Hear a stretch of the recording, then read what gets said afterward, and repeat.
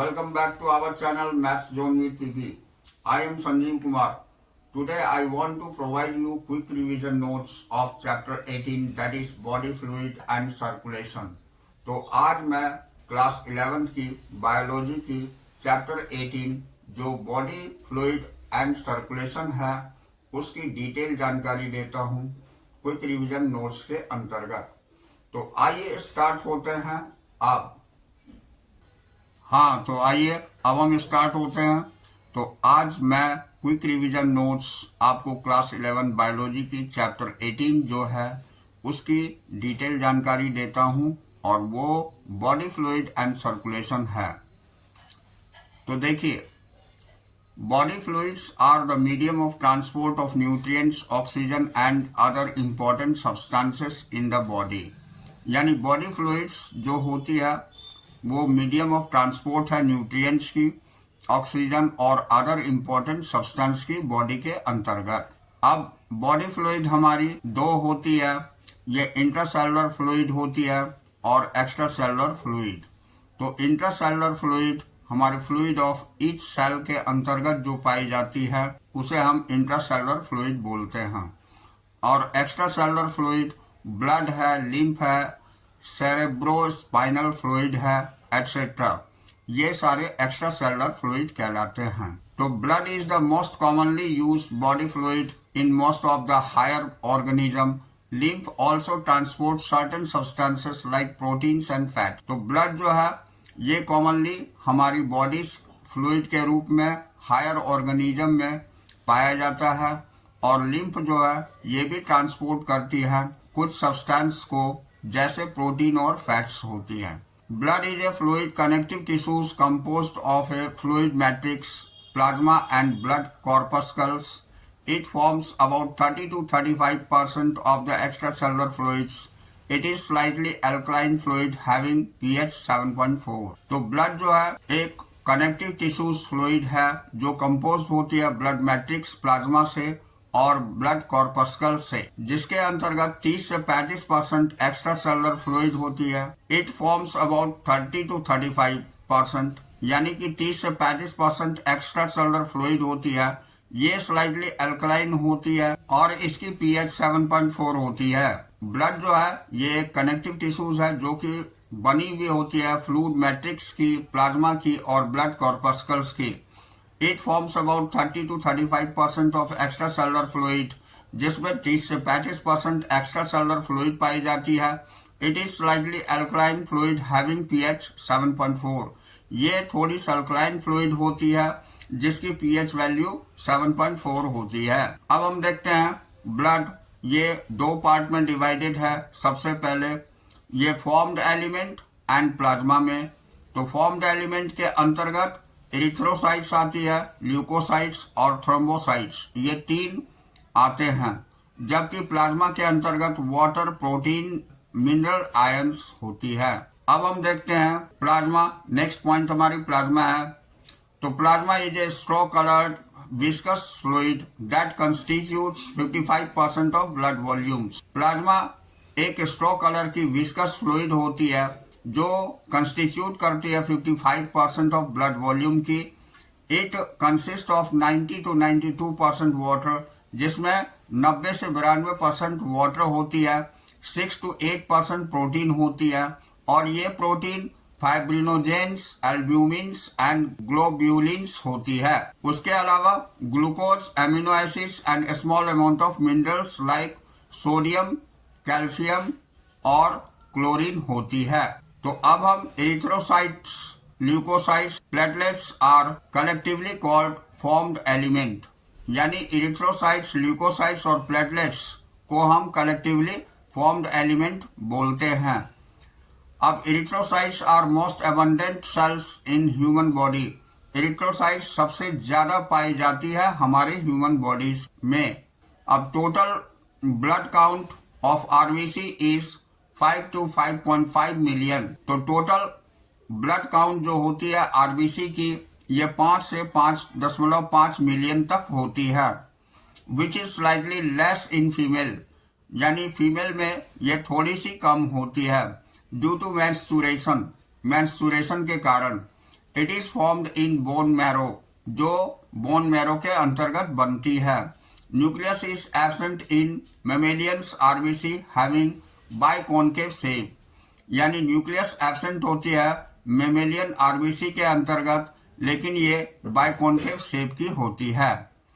अब every 100 ml of blood contains 12 to 16 gram of haemoglobin, यानी 100 ml blood के अंतर्गत 12 से 16 ग्राम हीमोग्लोबिन पाई जाती है। They have life span of 120 days, और इसकी लाइफ जो है 120 दिन की होती है। They are destroyed in spleen, ये डिस्ट्रॉयड हो जाती है स्प्लीन के अंतर्गत, जिसको ग्रेवयार्ड ऑफ आरबीसी बोलते हैं। अब ल्यूकोसाइट्स है, ल्यूकोसाइट्स और WBC are colourless due to the absence of haemoglobin. ये 6000 to 8000 of WBC are present in each ml of blood. Leukocytes जो है या डब्ल्यूबीसी जिसे हम बोलते हैं, ये कलरलेस होती है। ये हीमोग्लोबिन के एब्सेंट के कारण कलरलेस होती है। ये 6000 से 8000 डब्ल्यूबीसी प्रेजेंट होती है प्रति ml ब्लड के अंतर्गत।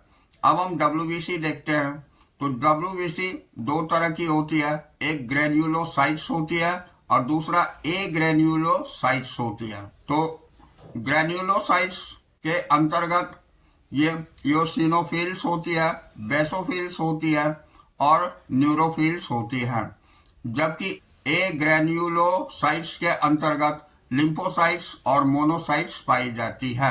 अब हम देखते हैं, neutrophils are most abundant and basophils are least abundant WBC, यानी न्यूरोफिल्स जो होती है ये प्रचुर मात्रा में पाई जाती है, जबकि बेसोफिल्स कम पाई जाती है in comparison of neutrophils WBC के अंतर्गत।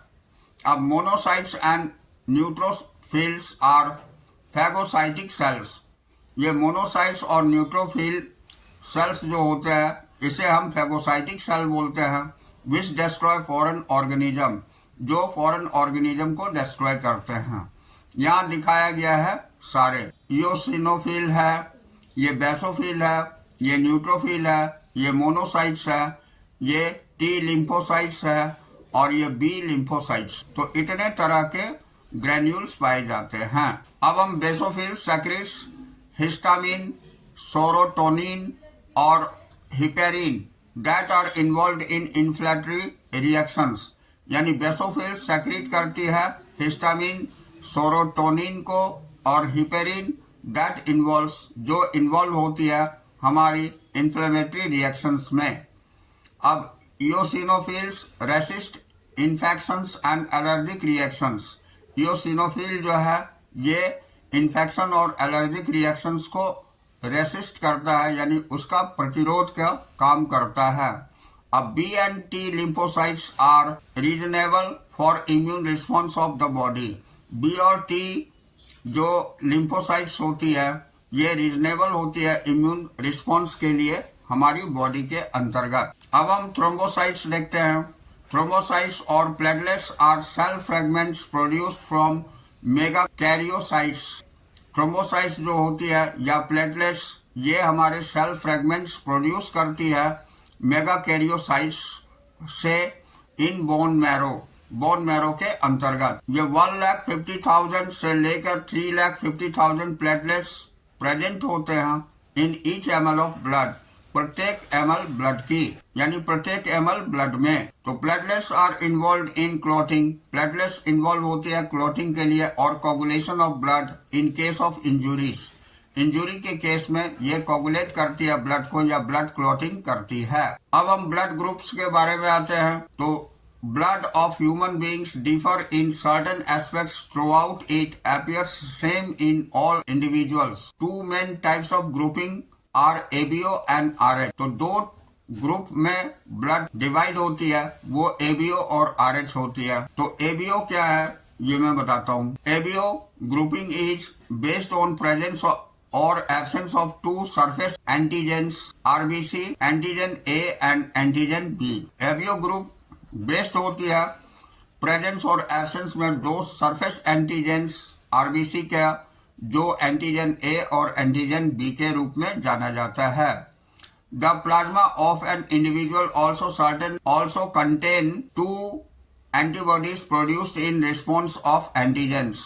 यानी प्लाज्मा जो होती है किसी भी इंडिविजुअल्स की, उसके अंतर्गत दो एंटीबॉडीज प्रोड्यूस होती है एंटीजन के रिस्पॉन्स में। अब यहाँ हम देखते हैं ब्लड ग्रुप ए, इसमें एंटीजन ऑफ आरबीसी की ए ही होती है, एंटीबॉडीज इन प्लाज्मा में एंटी बी होती है और डोनर ग्रुप इसके ए और ओ होते हैं। जबकि ब्लड ग्रुप बी में एंटीजन ऑन आरबीसी बी की होती है और antibodies in plasma anti A की होती है। इसमें डोनर ग्रुप में बी और ओ होती है। तीसरा ग्रुप हमारा ए बी है, ब्लड ग्रुप, जिसमें एंटीजन ऑन आरबीसी ए और बी होती है। इसमें एंटीबॉडीज इन प्लाज्मा नील होती है। इसका डोनर ग्रुप ए बी और ओ, ये चारों होते हैं। अब हम ब्लड ग्रुप ओ में देखते हैं। इसमें एंटीजन ऑन आरबीसी नील होती है और antibodies in plasma anti A और बी होती है और डोनर ग्रुप ओ ही होता है। अब नेक्स्ट पॉइंट हम देखते हैं, during blood transfusion blood of donor has to be matched with blood of recipients to avoid clumping of RBC. यानी ब्लड ट्रांसफ्यूजन के दरमियान ब्लड जो डोनर का होता है वो मैच किया जाता है ब्लड रिसिपिएंट के साथ, जो अवॉइड करती है क्लम्पिंग ऑफ आरबीसी के लिए। अब group O blood can be donated to any individual with any blood groups, so it is called universal donor. तो ग्रुप ओ जो होती है ये ब्लड को डोनेट करती है, सारे इंडिविजुअल्स को ये दे सकती है ब्लड, इसीलिए इसे हम यूनिवर्सल डोनर कहते हैं। Person with AB blood group can receive blood from any person of any group, so it is called universal recipient. तो एबी ग्रुप वाले जो पर्सन होते हैं वो किसी भी ग्रुप वाले पर्सन से ब्लड रिसीव कर सकते हैं, इसलिए इसे यूनिवर्सल रिसिपिएंट बोलते हैं। अब हम देखते हैं आरएच ग्रुपिंग। तो आरएच ग्रुपिंग के अंतर्गत Rh antigen similar to rhesus monkey are observed on surface of RBCs of majority of individual, about 80%.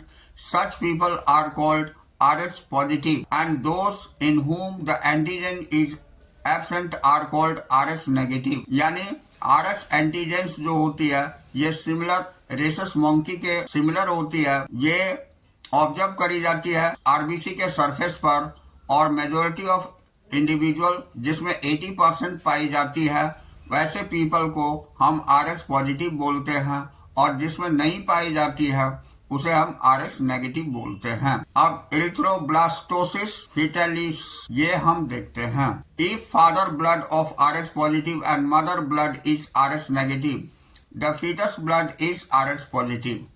यदि फादर की ब्लड आरएच पॉजिटिव है और मदर की ब्लड आरएच नेगेटिव है तो फीटस की ब्लड ग्रुप आरएच पॉजिटिव होगी। During the delivery of first child there is a possibility of exposure of mother blood with foetus blood to develop antibodies in mother blood. In subsequent pregnancy the mother's blood can leak into foetus blood and destroy the foetus RBC. कहने का मतलब हो गया कि first delivery के समय में ये पॉसिबिलिटी होती है कि मदर ब्लड फीटस ब्लड के साथ डेवलप कर जाए एंटीबॉडीज मदर ब्लड के अंतर्गत, और ये सब्सिक्वेंट प्रेगनेंसी के अंतर्गत mother's blood can leak, mother की ब्लड लीक कर सकती है इनटू फीटस ब्लड में, और ये डिस्ट्रॉय कर सकती है फीटस की आरबीसी को।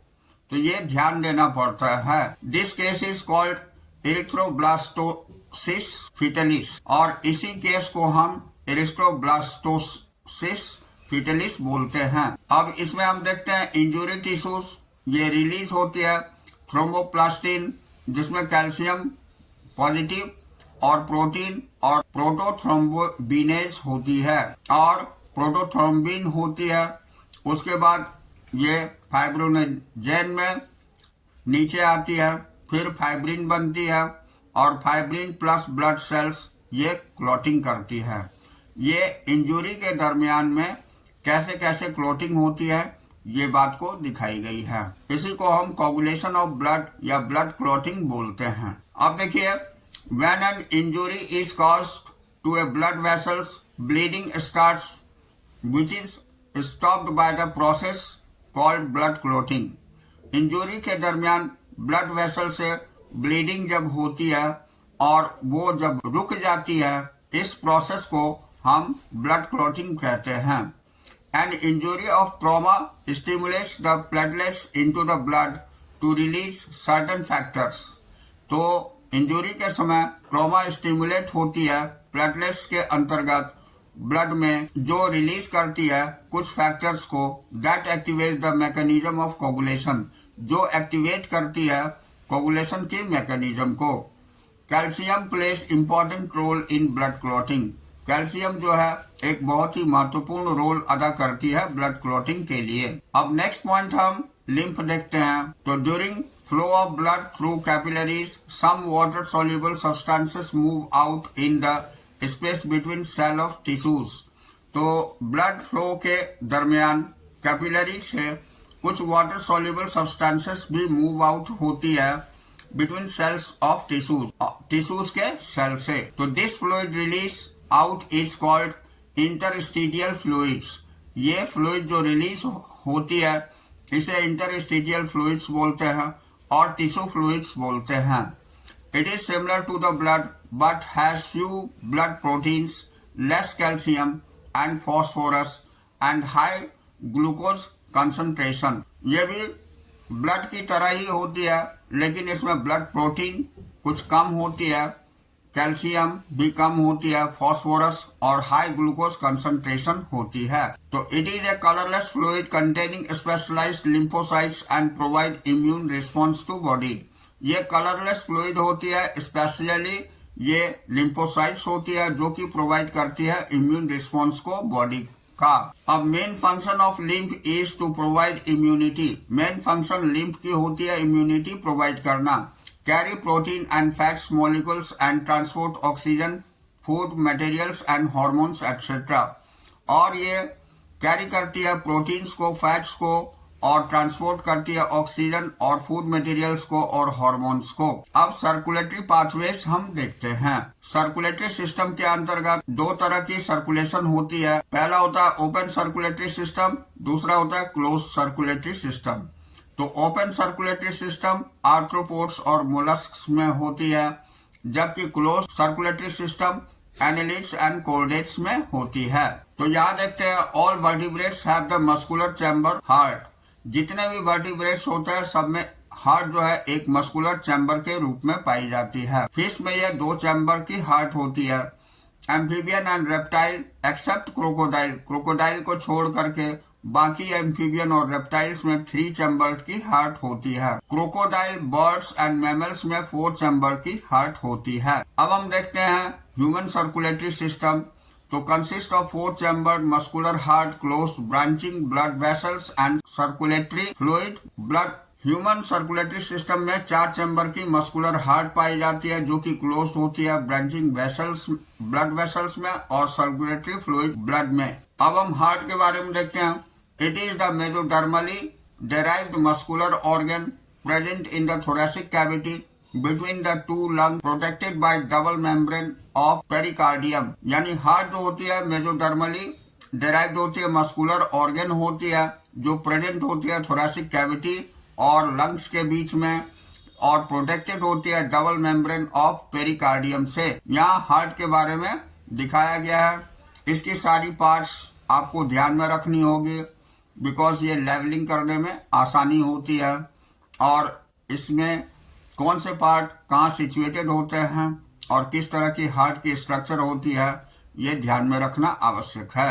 अब हम आगे आते हैं। तो next point, the upper 2 chamber is called artery atria. The upper 2 chamber is called atria and lower 2 chambers are called ventricles। Interatrial septum separates the right and left atrium and thick-walled inner ventricle septum separates the ventricles। तो देखिए ऊपर की 2 chamber जो heart की होती है उसे हम एट्रिया बोलते हैं और नीचे की जो 2 चैम्बर होती है उसे वेंट्रिकल बोलते हैं।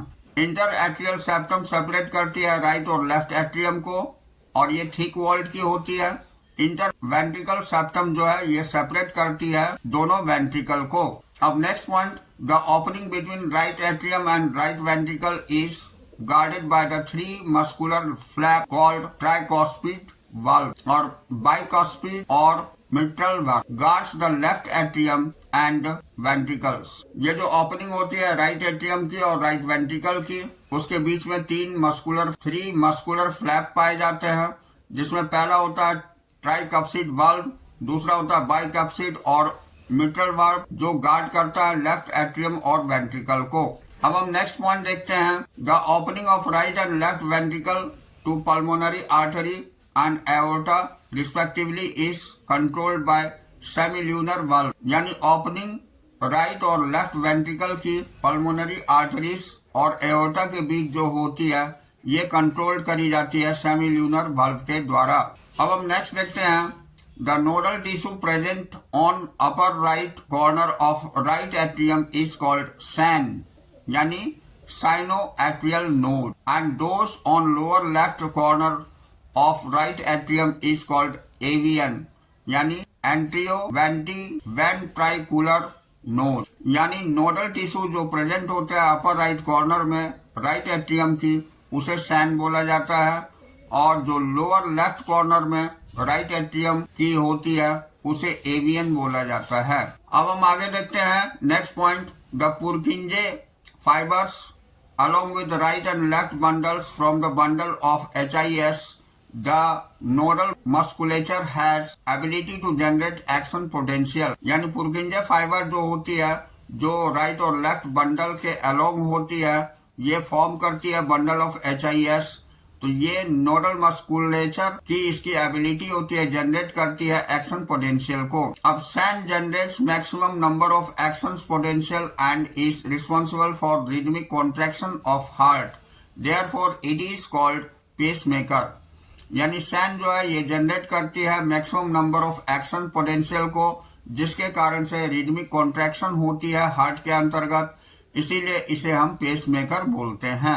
अब हम कार्डियक साइकिल देखते हैं। तो टू बिगिन नेक्स्ट पॉइंट हमारी इसके अंतर्गत है, to begin with all four chambers are the relaxed state called joint diastole, as the bicuspid and tricuspid valve are open, valve from pulmonary veins and vena cava flows to left to right ventricles respectively, semilunar valve are closed at this stage। यानी शुरुआत में जब चार chamber हमारे होते हैं relaxed state में होते हैं तो उसे हम जॉइंट डायस्टोल बोलते हैं, और इसमें बाइकप्सिड ट्राइकप्सिड वाल्व ओपन होते हैं, ब्लड पल्मोनरी वेन से वेना कावा में फ्लो होती है, left and right ventricles respectively, left और राइट वेंट्रिकल्स में, और ये सेमिन्यूलर वाल्व ये क्लोज होती है इस स्टेज में। ऐसे node generate action potential that contracts both atria yani atrial systole, the action potential poses to AV nodes and bundle of HIS transmit it to the ventricular musculature to call ventricular systole। At the same time atria undergoes relaxation diastole to close the bicuspid and tricuspid valve। अब next point में ऐसे node जो generate करती है action potential को और ये contract करती है बोथ एट्रियल सिस्टोल को, ये एक्शन पोटेंशियल एवी नोड का बंडल को HIS के द्वारा ट्रांसमिट होती है वेंट्रिकुलर मस्कुलेचर में, जिसे हम वेंट्रिकुलर सिस्टोल बोलते हैं। इस स्टेज में एट्रिया जो रिलैक्सेशन में होती है डायस्टोल को क्लोज कर देती है, जो बाइकप्सिड और ट्राइकप्सिड वाल्व की होती है। अब semilunar valve open into circulatory system that relax the ventricle and close the valve of prevent back flow of blood।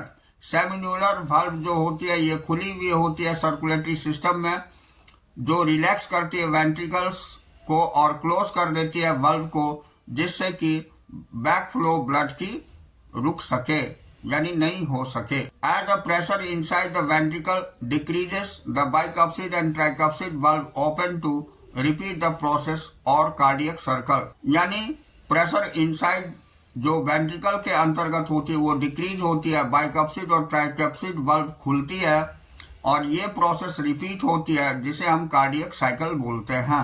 अब next point, during each cardiac cycle 2 sounds are produced. Cardiac circle के अंतर्गत 2 sound produce होती है। The first sound lub is due to closure of bicuspid and tricuspid valve, and second hard sound dub is due to closure of semilunar valve। यानी cardiac circle के अंतर्गत 2 तरह की sound produce होती है। ये लब जो होती है ये बाइकप्सिड और ट्राइकप्सिड वाल्व जब बंद होती है तब ये साउंड प्रोड्यूस होती है, और दूसरा साउंड डब होता है, ये सेमी ल्यूनर वाल्व के बंद होने से होता है। तो इस तरह 2 साउंड होती है, लब डब लब डब। अब हम ईसीजी देखते हैं। तो ईसीजी को हम इलेक्ट्रोकार्डियोग्राफ बोलते हैं। तो it is the graphical representation of electrical activity of heart during cardiac circle. Cardiac circle के अंतर्गत ग्राफिकल रिप्रेजेंटेशन इलेक्ट्रिकल एक्टिविटीज के द्वारा जो हार्ट की होती है उसी को हम ईसीजी बोलते हैं। The electrocardiograph machine is used to obtain electrocardiogram. यानी इलेक्ट्रोकार्डियोग्राफ मशीन ये यूज करी जाती है इलेक्ट्रोकार्डियोग्राम के दरमियान। The patient is connected to 3 electrical leads to wrist and left ankle. Patient को कनेक्ट किया जाता है 3 इलेक्ट्रिकल लीड से जो रिस्ट और लेफ्ट एंकल में लगी होती है।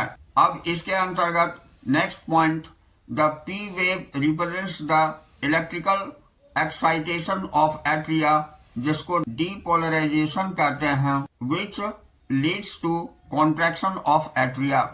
यानी पी वेव रिप्रेजेंट करती है इलेक्ट्रिकल एक्साइटेशन एट्रिया का, जिसे हम डीपोलराइजेशन बोलते हैं, जो लीड करती है कॉन्ट्रैक्शन ऑफ एट्रिया की। The QRS wave represents the depolarisation of ventricles which initiates the ventricular contraction.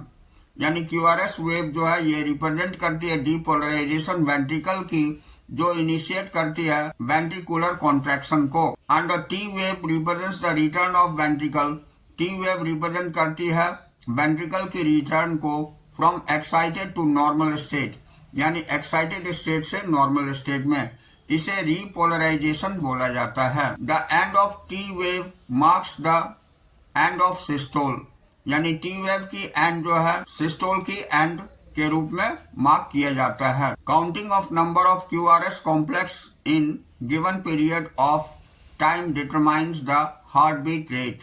यानी ये जो क्यूआरएस कॉम्प्लेक्स की काउंटिंग होती है उस समय के दरमियान उसे हम हार्ट बीट रेट को डिटरमाइन करता है। हम देखते हैं डबल सर्कुलेशन।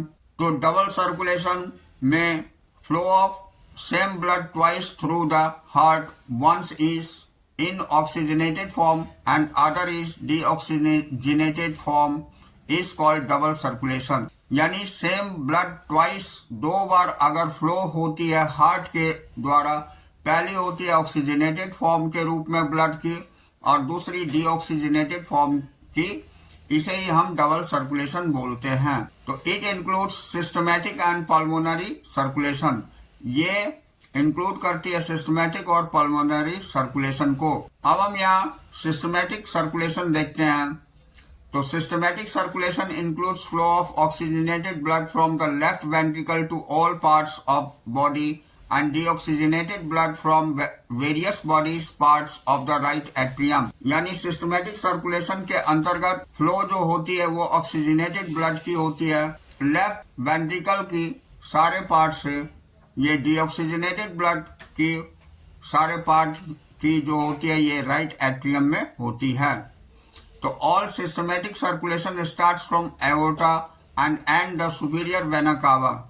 जितने भी सिस्टमैटिक सर्कुलेशन है ये एओर्टा से स्टार्ट होती है और ये समाप्त होती है सुपीरियर वेना कावा के द्वारा। अब इंफीरियर वेना कावा और coronary sinus to right atrium. Superior vena cava, inferior vena cava और कोरोनरी साइनस में जो राइट एट्रियम की होती है। अब यहाँ देखते हैं The systematic circulation provides oxygen, nutrients and other substances to the tissues and takes CO2 and other harmful substances away from removal। यानी सिस्टमैटिक सर्कुलेशन के अंतर्गत ऑक्सीजन, न्यूट्रिएंट्स और अदर सब्सटेंस प्रोवाइड करी जाती है टिश्यूज को, और उससे CO2 ली जाती है और अदर हार्मफुल सब्सटेंस को भी अवे की जाती है और उसकी रिमूवल की जाती है। ये यहाँ डायग्राम में दिखाई गई है। अब हम पल्मोनरी सर्कुलेशन देखते हैं। The flow of deoxygenated blood from the right ventricle to the lungs and the return of oxygenated blood from the lungs to the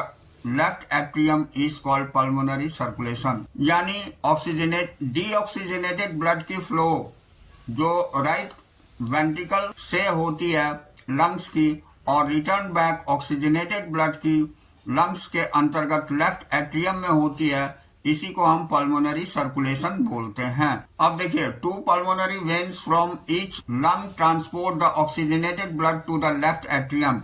2 pulmonary veins जो है जिसमें से प्रत्येक लंग्स ट्रांसपोर्ट करती है ऑक्सीजनेटेड ब्लड को लेफ्ट एट्रियम का। Double circulation prevents to mixing the oxygenated and deoxygenated blood. Double circulation जो होती है ये प्रिवेंट करती है जिसमें ऑक्सीजनेटेड और डीऑक्सीजनेटेड ब्लड की मिक्सिंग ना हो। अब रेगुलेशन ऑफ कार्डियक एक्टिविटीज हम देखते हैं।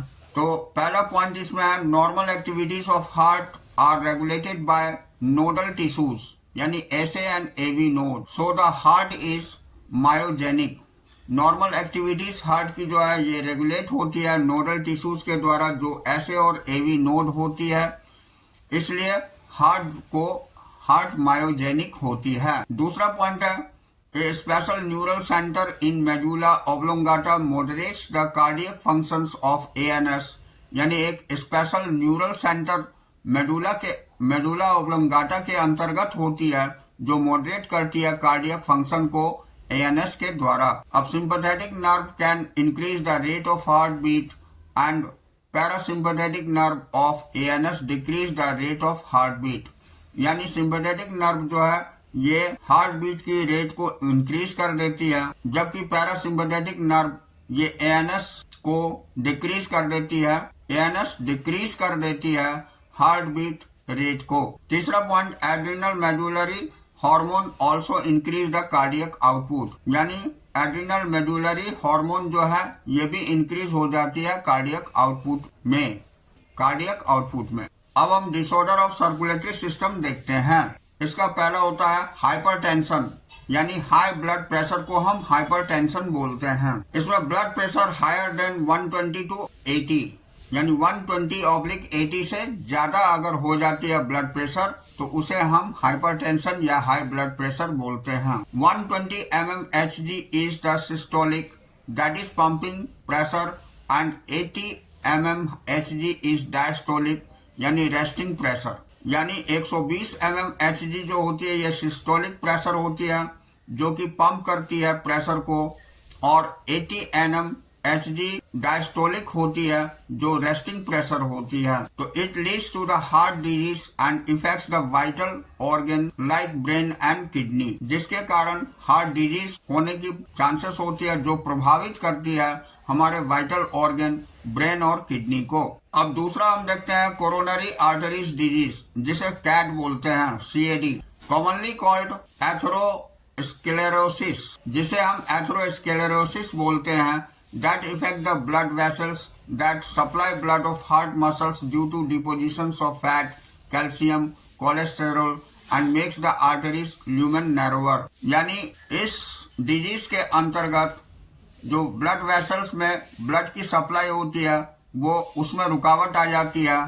ये फैट की, कैल्शियम की और कोलेस्ट्रॉल की डिपोजिशन से यानी जमा होने से ये आर्टरीज को नैरो कर देती है।